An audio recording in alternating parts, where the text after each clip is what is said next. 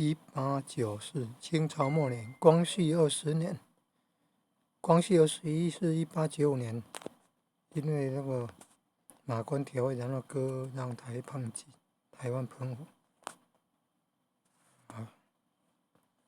给日本人，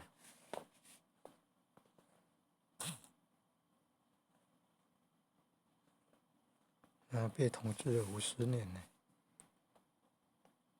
你看这个，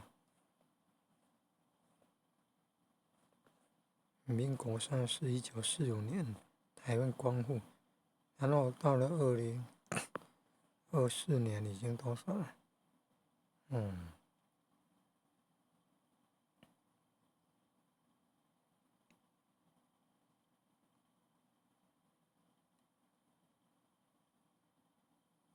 ？70几啊，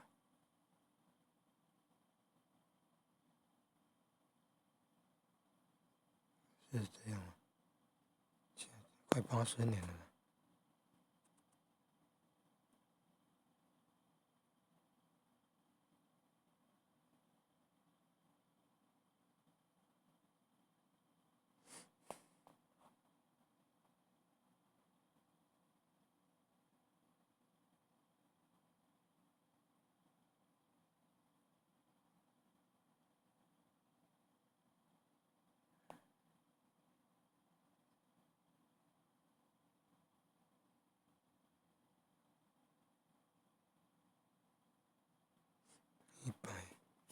180加5是130， 1895加130， 2025了。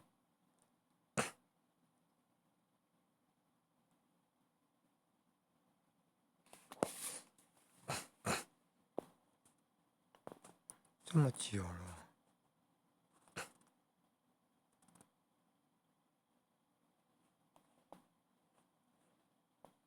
，130，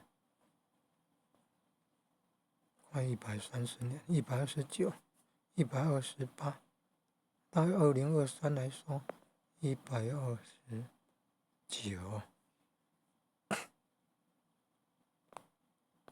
快130年了。明天就2024年了，就130年了。这个缝纫机这么久了。